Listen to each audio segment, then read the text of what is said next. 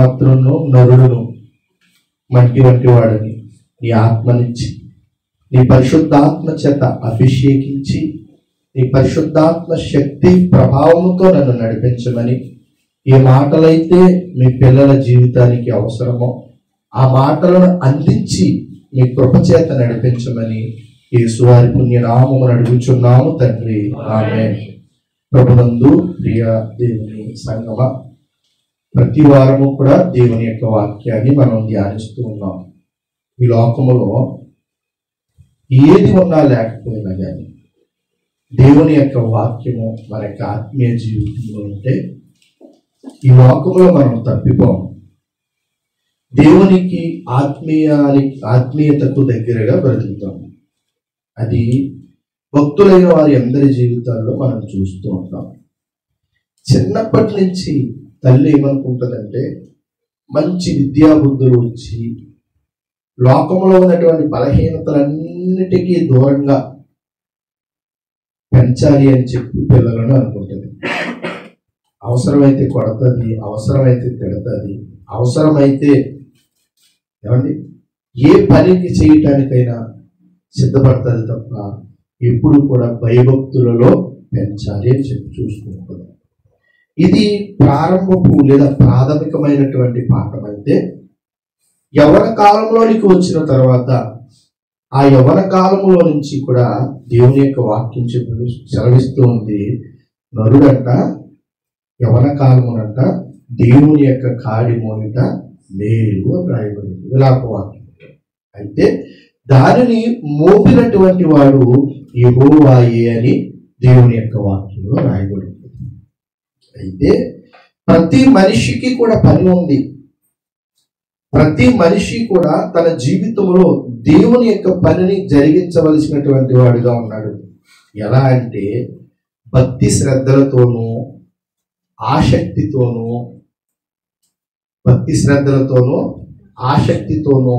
తన శక్తి కొలది ప్రయత్నించి ప్రభు పని చేయటానికి ముందుకు వెళ్ళాలి.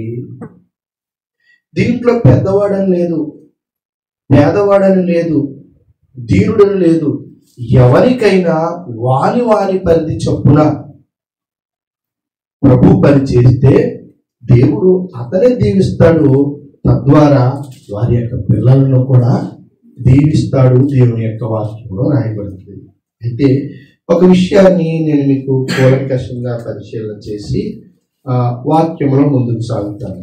మొట్టమొదటిగా పాత నిబంధన గ్రంథంలో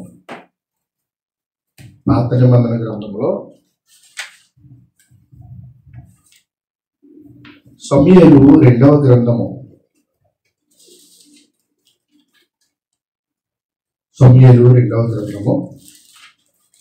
అందరూ తీసుకున్నారమ్మా? 6వ అధ్యాయము ఎక్కడి నుంచి ప్రారంభిద్దాము అంటే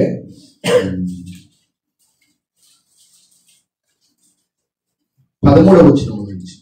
ఎట్లనగా యెహోవా మందసమును మోయువారు 6 ఏడుగా సాగగా ఎద్దు ఒకటి, కొవ్విన దూడ ఒకటి తర్వాత వధింపబడిను. దావీదు ఇక్కడి నుంచి ప్రారంభిద్దాం. దావీదంట నారతో నేయబడిన ఏపోదును ధరించిన వాడై, నారతో నేయబడిన ఏపోదు అనే వస్త్రమును ధరించిన వాడై శక్తి కొలది యెహోవా సన్నిధిని నాట్యమాడుచుండెను. ఈ విషయాన్ని గురించి ఈ రోజున మనం కూలంకషంగా పరిశీలన చేద్దాం.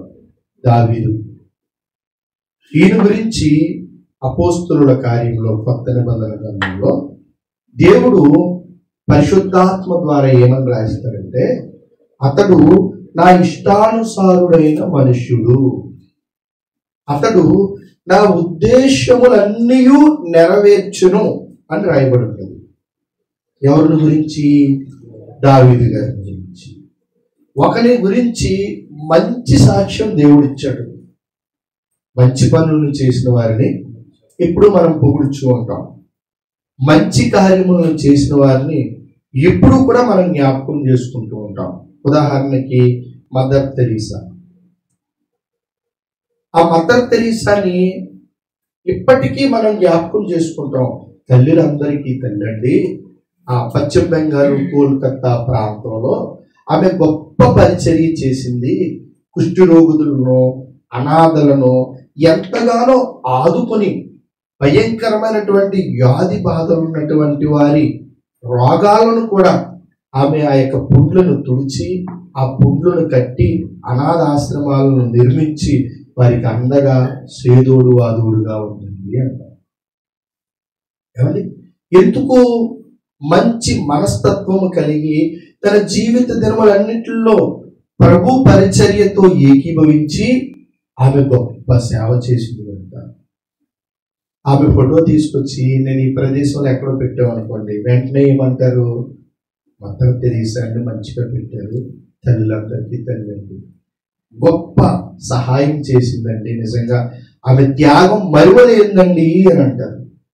అది ఏ సినిమా యాక్టర్ నటి ఫోటో పట్టుకొచ్చి నాకు ఇట్టాను అనుకో, దేవుని సన్నిధిలో ఈ ఫోటో ఏంటండి, వలదు తీసాను అంటారు. ఎందుకు? ఎవరు గొప్ప? ఇద్దరిని పక్కన పెడితే ట్రెండింగ్ లో ఉన్నది ఈవిడే, నటియే. కానీ ఒక ముసలామె శరీరం సహకరించలేదు, ఒడిలిపోయినటువంటి శరీరంతో, ఈ సడలిపోయినటువంటి బుగ్గలు అన్నీ ఉన్నటువంటి ఒక ముసుగేసుకున్నటువంటి ఒక ఆమెను తీసుకొచ్చి అక్కడ పెడితే ఏమంటున్నారు? ఆమెని బాగా పెట్టారండి దేవుని సన్నిధానంలో. నిజంగా ఆమె గొప్ప త్యాగమూర్తురాలని అంటున్నారు. అదే ఏదో ఒక పేరు ఉందినటువంటి ఒక సెలబ్రిటీ, ఒక సినిమా సంబంధించినట్టు ఆమెను తీసుకొచ్చి అక్కడ పెడితే ఏమంటున్నారు? వలదు తప్పనిసరిగా తీసేయండి, ఇదేం పాడుబుద్దండి సొలొమోను గారికి అని అంటే. ఎందుకని? మనసులో ఉన్నటువంటి శుద్ధి కారణం చేత ఆమె లోకములో జరిగించినటువంటి క్రియను బట్టి, ఆమె తన జీవితంలో నెరవేర్చినటువంటి కార్యాన్ని బట్టి ఆమె తన దేశాన్ని విడిచిపెట్టి మన దేశానికి వచ్చి మన దేశంలో ఉన్నటువంటి ఎంతో మంది వ్యాధిగ్రస్తులను బాగు చేసింది, ఎంతో మంది అనాథలను ఆదుకుంది, ఎంతో మంది భయంకరమైన వ్యాధి బాధలు చేస్తున్నటువంటి వారి కురుపులను తుడిచి, వారి యొక్క గాయములను కట్టి వాదార్చి, మీకు నేనున్నాను అండగా, నేను నిలబడి మిమ్మల్ని ఆదుకుంటానన్నటువంటి కారణం చేత చనిపోయి చాలా కాలం అయింది. అయినా ఇప్పటికీ కూడా ప్రజలందరి హృదయాల్లో ఆమె పాతుకుపోయింది.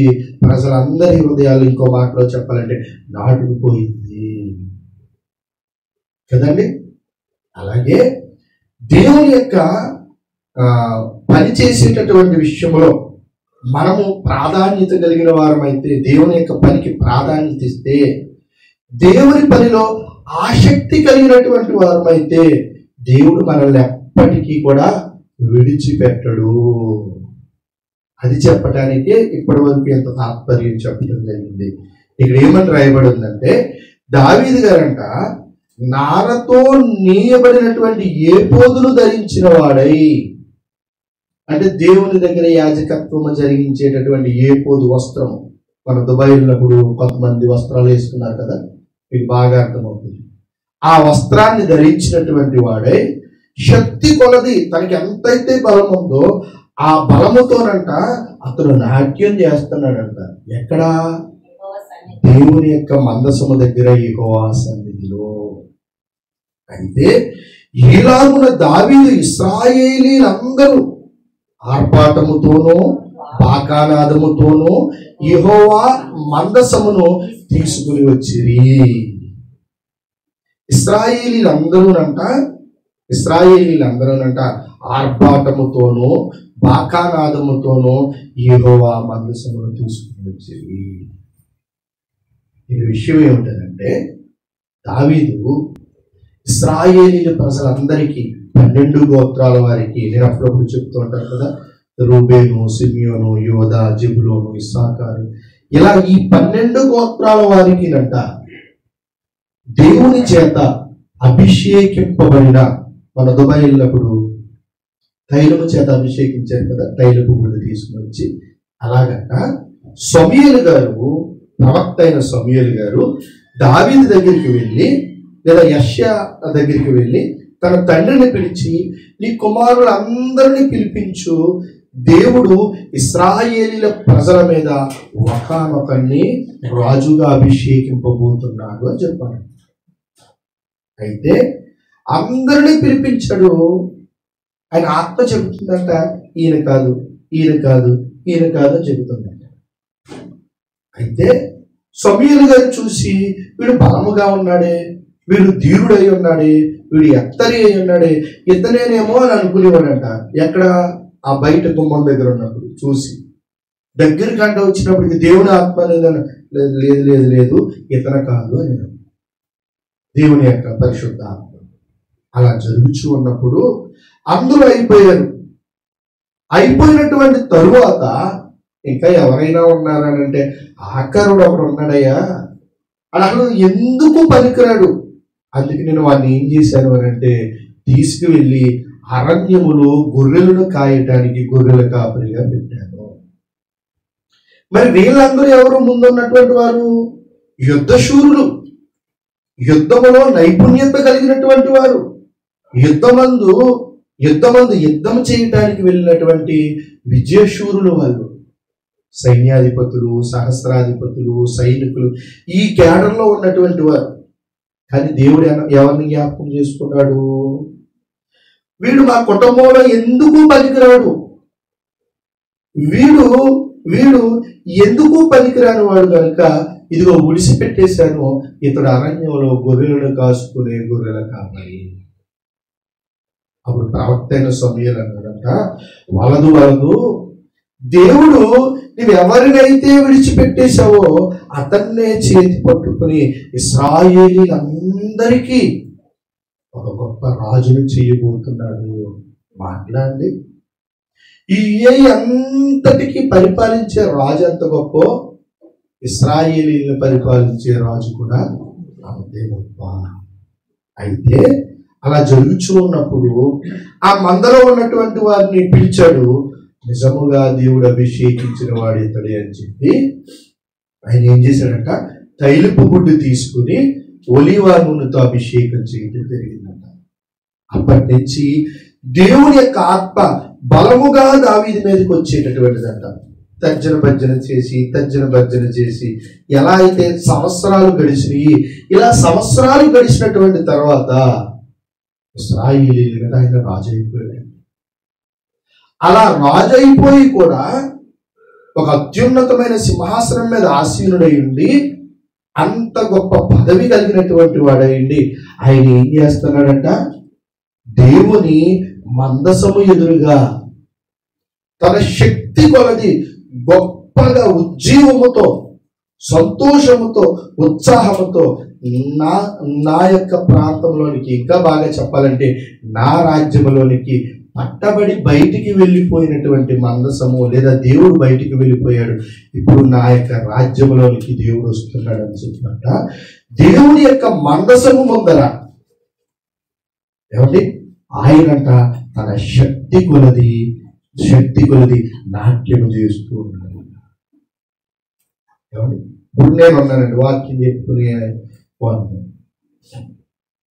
అదేదో పడిపోతుంది, లేకపోతే అదేదో దుమ్మం, ఒక బ్రష్ ఇలాంటి తుడుతూ ఉన్నాను అంటే, మాస్టర్ గారు మీరు చేయకూడదు అని వెంటనే మీరు పుచ్చుకుని ఏం చేస్తారు, శుభ్రం చేసేసి ఇది చేసేస్తారు.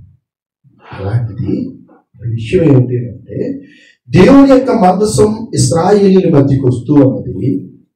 దావీదు గారి గంభీరమైనటువంటి మేళతాళాలను తీసుకుని వెళ్ళి, నా దేవుని మందసం నా దేశంలోనికి నా దగ్గరికి వస్తుంది అని చెప్పంట గంభీరమైనటువంటి మేళతాళాలతోనంట ఈ ఏపోదులు ధరించుకుని గొప్పగా నాట్యమాడు చూస్తూ ఉన్నాడంట. ఇక్కడ ఏమర్థం కావాలో తెలుసా? దేవుడంటే ఆసక్తి, దేవుడంటే భక్తి, దేవుడంటే శ్రద్ధ, దేవుడంటే అపరిమితమైన ప్రేమ. ఎవరికి? దావీదు గారు. ఒకప్పుడు అరణ్యములో ఉన్నప్పుడు, ఒకప్పుడు గొర్రెలను కాసుకుంటూ ఉన్నప్పుడు అందరితో నారాయణ కులంతో గోవింద అంటారు కదా, అలాగా నాట్యం ఆడుకుంటూ వెళితే ఓకే. కానీ ఇప్పుడు ఈయన ఎవరు? ఇశ్రాయేలీల ప్రజల మీద అత్యున్నతమైన సింహాసనం మీద ఒక చక్రవర్తి లేదా ఒక మహారాజు. ఆయన తన్ను తాను తగ్గించుకుని ఇశ్రాయేలీల ప్రజల మధ్య నిలబడి ఆయన యొక్క మందసము వస్తూ ఉంటే ఆయన గంభీరముగా తన శక్తి కొలది నాట్యమాడుతూ ఉన్నాడంట. ఇక్కడ ఏం మర్చిపోయాడు ఆయన? తన హోదాను మర్చిపోయాడు, తనకున్నటువంటి పదవిని మర్చిపోయాడు, తనకున్నటువంటి ఆధిక్యతను మర్చిపోయాడు. ఆయన ఏమనుకున్నాడంటే, నాకు ఎన్ని ఉన్నప్పటికీ కూడా దేవుని ముందు అవన్నీ సున్నా. నాకు ఎంత అధికారం, ఎంత హోదా, ఎంత పరపతి ఉన్నప్పటికీ కూడా నా దేవుని ముందు నేను ఒదిగి నేను ఉండాలి, నా శక్తి కొలది నేను నాట్యము చేయాలి అని అనుకున్నాడు.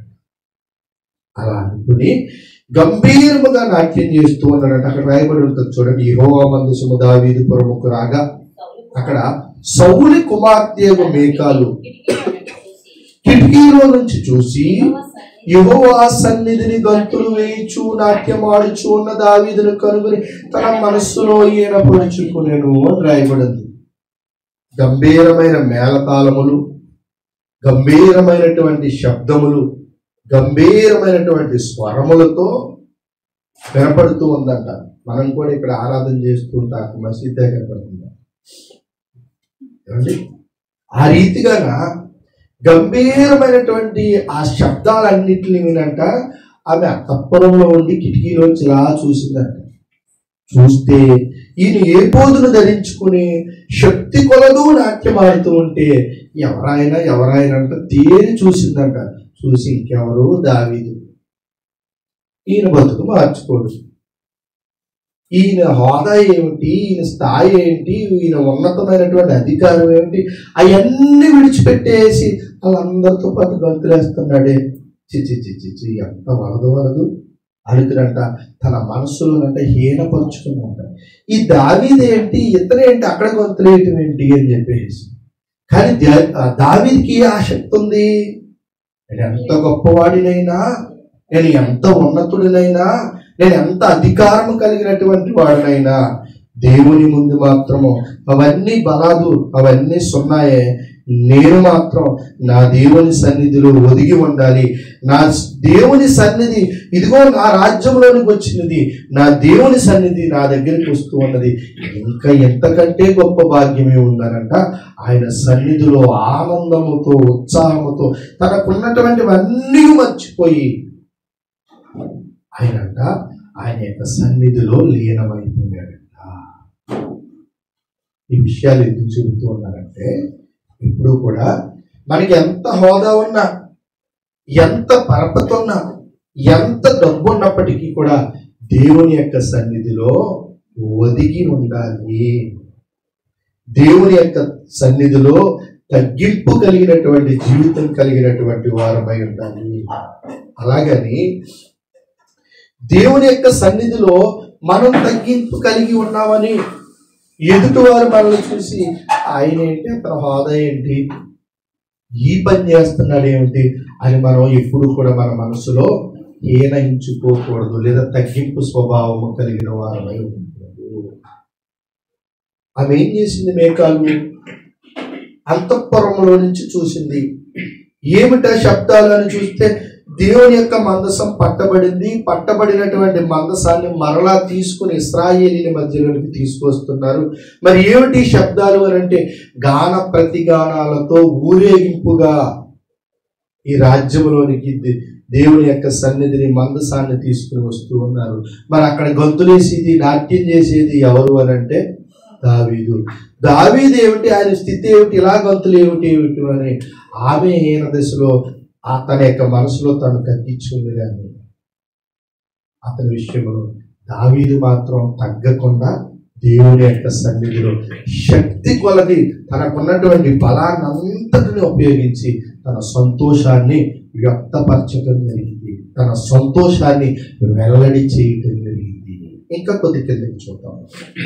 వారు యెహోవా మందసమును తీసుకుని వచ్చి గుడారము మధ్యను దావీదు దాని కొరకు ఏర్పరిచిన స్థలమును ఉంచగా దావీదు దహన బలులను సమాధాన బలులను యెహోవా సన్నిధిని అర్పించెను అని రాయబడింది. ఆ తర్వాత 20వ వచనంలో తన ఇంటి వారిని దీవించుటకు దావీదు తిరిగిరాగా సౌలు కుమార్తె మీకాలు దావీదును ఎదుర్కొన బయలుదేరి ఏమంటుంది? వచ్చి హీనస్థితి గల తన పనికత్తులను చూచుచుండగా యోధుడొకడు తన బట్టలను విప్పివేసినట్లుగా ఇశ్రాయేలులకు రాజు అయిన నీవు నేడు బట్టలు తీసివేసి ఎంత ఘనముగా కనబడితేవని అపహాస్యము చేసినందున. ఆమె ఏమంటుందో చూడండి. ఒక రకంగా చెప్పాలంటే రాయబడి ఉంది, హీనస్థితి పనిగత్తెలను చూసుచుండగా యుద్ధుడు అక్కడ వచ్చంట బట్టలు విప్పివేసినట్లుగా. నువ్వు ఎలా ఉన్నావంటే ఇశ్రాయేలీల రాజు అయినటువంటి నీవు దేవుని మందసం గంతులు వేయటం తగదు అని చెప్పేసి ఈ భాషలో చెప్పాలంటే సెటైర్ వేసింది అంటారు కదండి, అలా సెటైర్ వేసింది. అప్పుడు దావీదు అన్నాడంట, నీ తండ్రిని అతని సంతతిని విసర్జించి ఇశ్రాయేలీలను తన జనముల మీద నన్ను అధిపతిగా నియమించుటకై నన్ను ఏర్పరచుకున్న యెహోవా సన్నిధిని నేను అలాగూ చేసి తిని అన్నాడంట. ఎందుకు ఎవరు? సౌలు గారి కుమార్తె మీకాలు. ఓకే, అప్పుడు ఆవిడ దగ్గరికి వెళ్ళి చెప్పాడంట, నీ యొక్క తండ్రిని నీ కుటుంబీకులను దేవుడు వారిని విసర్జించి నన్ను తన పనికై నియమించుకున్నటువంటి దేవుని ఎదుట అలాగూ నేను నాట్యం చేస్తున్నాను. బట్ నాకు ఎంత భాగ్యాన్ని ఇచ్చాడు కదా. ఒకప్పుడు నేను గొర్రెలను కాసుకునే గొర్రెల కాపరిని. ఒకప్పుడు నేను నా కుటుంబంలో ఎన్నిక లేదు, నాకు ఎంపిక లేదు, నాకు నా కుటుంబం వారు ఎందుకు పనికిరాని వాడని చెప్పేసి నన్ను పక్కకి తీసివేశాడు. ఆ అరణ్యములో గొర్రెలను కాసుకునే గొర్రెల కాపరిగా నన్ను విడిచిపెట్టేశారు. నా అన్నలైతే నాకంటే ముందు కలిగినటువంటి వారైతే మంచి పేరు ప్రఖ్యాతులు సంపాదించారు, కానీ నన్ను మాత్రం ఎందుకు పనికిరాని వాడని తోసివేశాడు. కానీ దేవుడు త్రోసివేసినటువంటి నన్ను బయటికి తీసుకువచ్చి అత్యున్నతమైన సింహాసనం మీద ఇశ్రాయేలీయ ప్రజలందరి మీద రాజుగా చేశాడు. ఒక మాటకు వస్తే నీ తండ్రి కుటుంబాన్ని, నీ తండ్రి వారసత్వాన్ని దేవుడు త్రోసివేసి పక్కకు నెట్టి ఎందుకు పనికిరానటువంటి నన్ను ఈ స్థితికి తీసుకొచ్చినటువంటి దేవుని ఎదుట ఎలాగూ నాట్యము చేయుట గొప్ప భాగ్యము. నన్ను నేను తగ్గించుకొని దేవుని యొక్క సన్నిధిలో ఆయన కొనియాడుట నాకు గొప్ప భాగ్యము.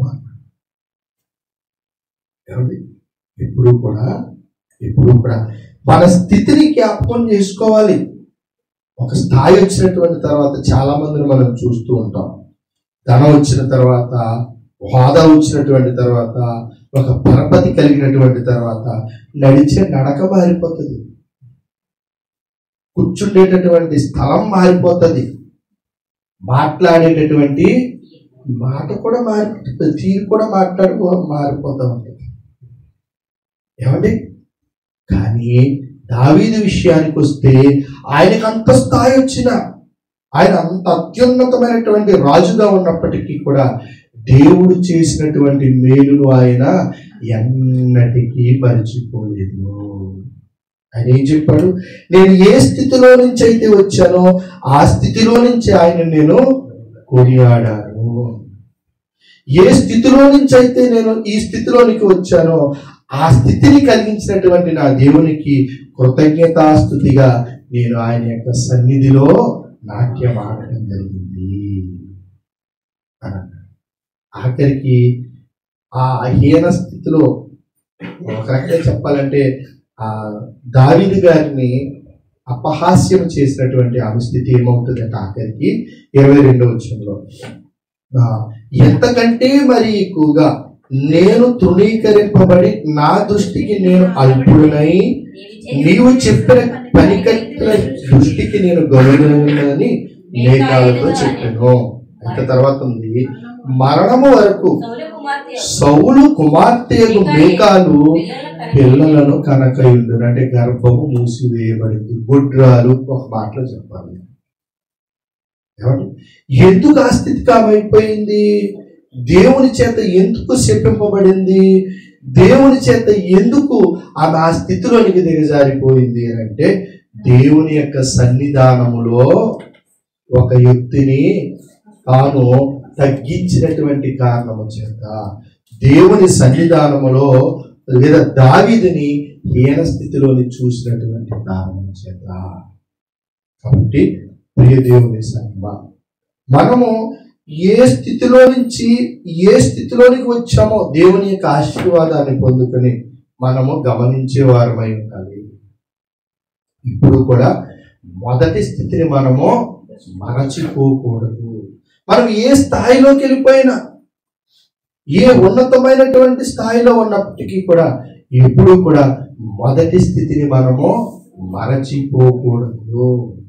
అలా మర్చిపోతే మన జీవితంలోనికి అహంకారం వచ్చేస్తుంది. అలా మర్చిపోతే మన జీవితంలో నుంచి దేవుడు దూరముగా ఉంటాడు. ఇప్పుడు కూడా మొదటి స్థితిని గ్రహించి మన జీవితంలో మనం ముందుకు సాగితే ఆ కష్టం విలువ ఏమిటో తెలుస్తుంది. దేవుడు మనకు దయచేసినటువంటి ఆశీర్వాదం ఏమిటో మనం గ్రహించగలుగుతాము. కాబట్టి ఇది ఈ సంఘ పరిధిలో ఉన్నటువంటి మీ అందరికీ కూడా నేను తెలియచేసేది ఏమిటంటే, మనం ఎంత ఎదిగినప్పటికీ కూడా మనము ఒదిగినటువంటి స్వభావము కలిగిన వారమై ఉండాలి. ఏమండి, మనల్ని అందరూ ఏమనుకున్నా మనం పట్టించుకోకూడదు. దేవుని నామానికే మహిమ కలుగునుగా, కానీ దేవునికే అవి విడిచిపెట్టేయాలి. దావీదుని ఆ యొక్క హీన స్థితిలో చూసినటువంటి మీకాలు పరిస్థితి ఏమైంది? దేవుని చేత శపింపబడినటువంటిది గుడ్రాలుగా మిగిలిపోయింది. దావీదు బలహీనమైన స్థితిని జ్ఞాపకం చేసుకుని ఉన్నతమైనటువంటి స్థితిలో ఉన్నప్పటికీ కూడా బలహీనమైన స్థితిని జ్ఞాపకం చేసుకుని, దేవా నేను ఈ స్థితిలో ఉన్నానంటే కారణం నీవే కదా, నీవు ఇదిగో నా యొక్క రాజ్యంలోనికి వస్తున్నావు, నీవు నా దగ్గరే నివసిస్తానంటున్నావు అని చెప్పి ఆయన మందసం ఎదుట నాట్యం చేశాడు. కనుక రాబోయే కాలంలో దావీదు గారిని దేవుడు గొప్పగా చెందుతుంది. వారి గర్భాన పుట్టిన సొలొమోను, ఆయన గర్భాన పుట్టినటువంటి రెహబాము, ఇలా ఒక రాజ్యమే ఏర్పడింది. ఆఖరిగా యేసుక్రీస్తు వారు కూడా ఇదిగో దావీదు గారి యొక్క వంశములో నుంచి వచ్చినటువంటి వారిని. ఆయన యోధా గోత్రపు సింహము. ఎందుచేత తన్ను తాను తగ్గించుకుని ఏ స్థాయిలో ఉన్నప్పటికీ కూడా ఆయన ఒదిగి దేవుని యొక్క సన్నిధానములో బలమైనటువంటి కార్యములు చేసిన కారణం చేత దేవునికి ఇవ్వవలసినటువంటి సమయాన్ని దేవునికి ఉంది. దేవుని సన్నిధి ఇదిగో ఈ వారం వెళ్ళిపోయిందా, మరలా వారం ఎప్పుడు వస్తుందా, ఆయన సన్నిధిలో మనం ఎప్పుడు గడుపుతామని ఆసక్తి ప్రేరేపణ మీలో ఉండి ఆయన యొక్క సన్నిధి కొరకు ప్రార్థనాపూర్వకంగా కనిపెట్టి ఉండండి. దేవుడు మీ జీవితంలో ఎన్నో అద్భుతమైన, ఎన్నో ఆశ్చర్యమైన, ఎన్నో బలమైనటువంటి కార్యములను చేస్తాడు. ఆయన అంటాడు, నా నామమున నీవు ఏ కార్యము చేసినా కూడా నేను నిన్ను మరచిపోను. కాబట్టి ఆయన సన్నిధిలో ఒదిగి ఉందాం.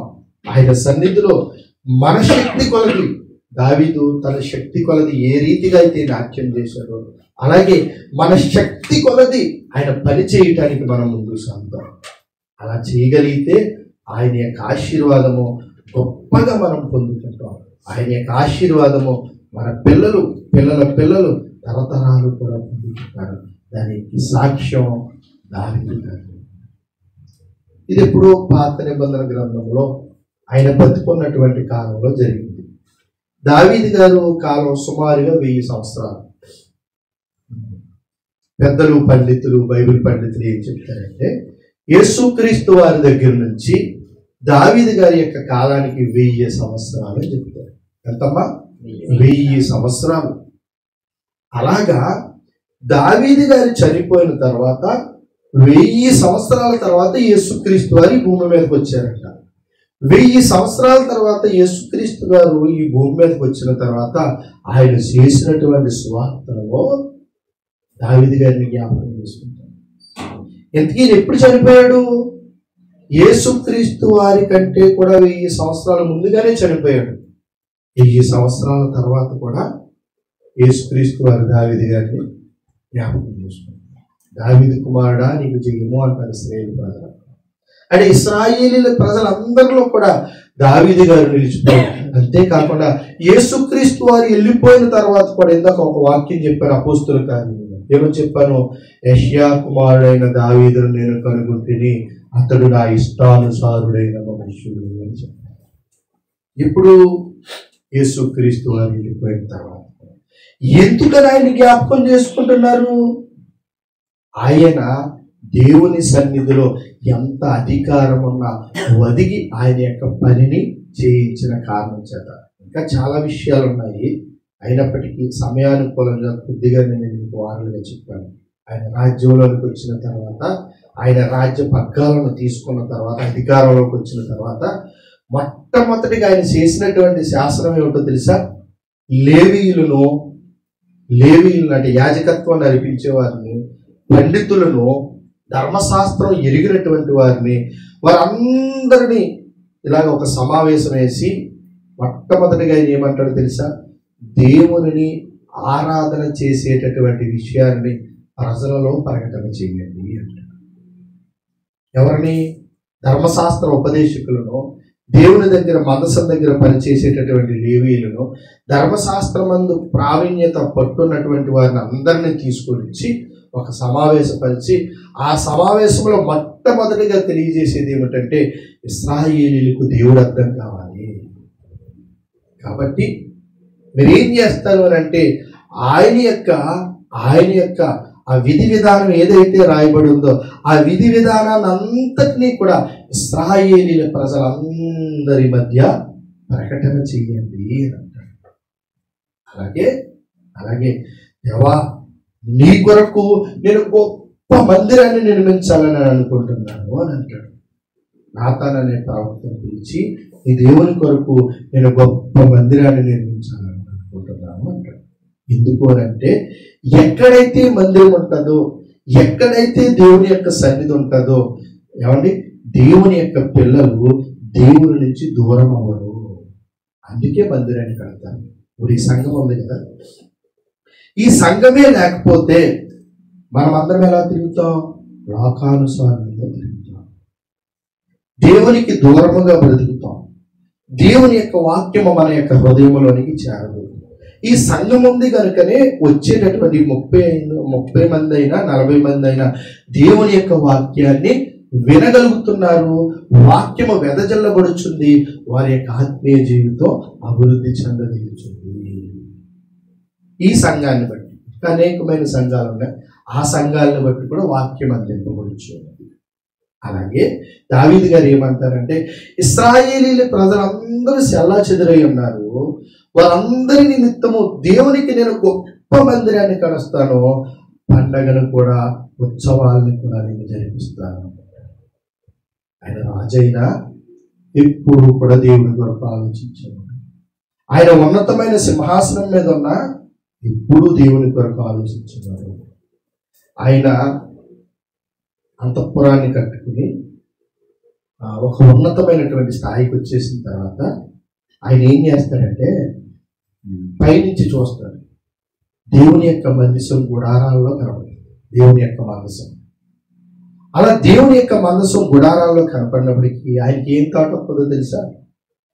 నేనైతే దేవదారు మ్రాణులతో కట్టినటువంటి ఈ ఉన్నతమైనటువంటి ఈ యొక్క భవనాల్లో నేను ఉంటున్నాను, కానీ దేవుని యొక్క మందసము గుడారాలలోనే ఉంది అని ఆలోచిస్తాను. అప్పుడు వెంటనే ప్రవక్త అంటే దేవునికి మనిషికి మధ్య ఉంది కదా, అప్పుడు ఉన్నటువంటి ప్రవక్త నాతాన్ అనేటటువంటి ప్రవక్తని పిలిచి అయ్యా నాకు ఆలోచన వచ్చింది, నేనైతే ఇలా సరంబీలు వేసి దేవదారు మురాలతో నిలబెట్టినటువంటి ఇటువంటి భవంతుల్లో నేను ఉంటున్నాను. నా ఆలోచన ఇది కాదు. దేవుని మందసం మాత్రం ఆ గుడారాలలోనే ఉంది, ఆ డేరాల మధ్యనే నివాసం చేస్తూ ఉన్నది. కాబట్టి నేను దేవుని కొరకు ఒక ఉన్నతమైనటువంటి దేవాలయాన్ని నేను కట్టాలని అనుకుంటున్నాను. ఎంత ఉన్నతమైన ఆలోచన కలిగినటువంటి వ్యక్తులు చూడండి. అందుచేతనే ఇందాక నేను ఎక్కడి వరకు చెప్పాను? అపోస్తలుల కార్యములో ఆ శిష్యులు సువార్తను ప్రకటిస్తూ పరిశుద్ధాత్మ ప్రేరణ చేత ప్రేరేపించబడి ఆ మాటను పలికారని చెప్పాను కదా. ఇంకా ఉన్నతమైన విషయం ఏమిటో చెప్పమంటారా? దావీదు గారు చనిపోయి యేసుక్రీస్తు వారి కాలానికి 1000 సంవత్సరాలు అయింది. ఏమండి, యేసుక్రీస్తు వారు వచ్చి ఇప్పటికి ఎన్ని సంవత్సరాలు అయింది? 2024 సంవత్సరాలు అయింది. ఈ రోజున కూడా నేను ఏం చేస్తున్నానంటే దావీదు గారి గురించే మాట్లాడుతున్నాను. 100 సంవత్సరాల క్రితం చనిపోయినటువంటి ఆయన్ని ఉదాహరణగా చూపిస్తూ ఆయన కొరకు నేను మాట్లాడుతున్నాను. కారణం ఏమిటి? ఆయన ఉన్నతమైన స్థాయిలో ఉన్న దేవుని దగ్గర మాత్రం ఒదిగి దేవుని పని చేయటానికి ముందుకు సాగే అంత గొప్పవాడు. కాబట్టి సమయం దీర్ఘమవుతుంది కనుక నేను ముగిస్తూ ఉన్నాను. యేసుక్రీస్తు చివరిగా 2 మాటలు. ఆయన ఎంత గొప్పవాడంటే అత్యున్నతమైన సింహాసనాన్ని విడిచిపెట్టి భూలోకానికి వచ్చి మన కొరకు సిలువ వేయబడి సిలువలో చనిపోయినంత గొప్పవాడు. ఆయన ఎప్పుడూ కూడా మన కోసం ఆలోచించాడు కనుక మనము పాపపు బంధకాల నుంచి విడిపింపబడి ఇదిగో పరిశుద్ధపరచుకున్నటువంటి జీవితానికి మనము అంకితం చేయబడ్డాం. ఆయన ఎంత గొప్పవాడంటే పరలోకంలో అత్యున్నతమైనటువంటి సింహాసనం మీద ఉండవలసినటువంటి ఆయన తను తాను తగ్గించుకుని ఈ భూమి మీద ఉన్నటువంటి మన కొరకు ప్రయాసపడి తన ప్రాణాన్నే అర్పించి తను తాను తగ్గించుకుని రిక్తునిగా చేసుకున్నని దేవుని యొక్క వాక్యంలో రాయబడి ఉంటుంది. కాబట్టి అంత గొప్ప యేసుక్రీస్తుని నమ్మినటువంటి మనం అందరము కూడా మన జీవితంలో మనం తగ్గించుకుని దేవుని కొరకు ఏదో ఒకటి చేయాలనే తాపత్రయం మనలో ఉండాలి. మనము ఈ యొక్క జీవితాన్ని ముగించేలోపు దేవుని కొరకు ఏదో ఒకటి చేసి మరణించాలనే ఆసక్తి మనలో ఉన్నప్పుడు మనము మన యొక్క కుటుంబము మనకు కలిగినటువంటి సమస్తమును ఆశీర్వదింపబడతాం. అట్టి కృప, అట్టి ధన్యత మీకును మీ కుటుంబాలకు సర్వకాలమును ఉండి నడిపించునుగాక. ఆమేన్. అందరికీ కూడా యేసుక్రీస్తు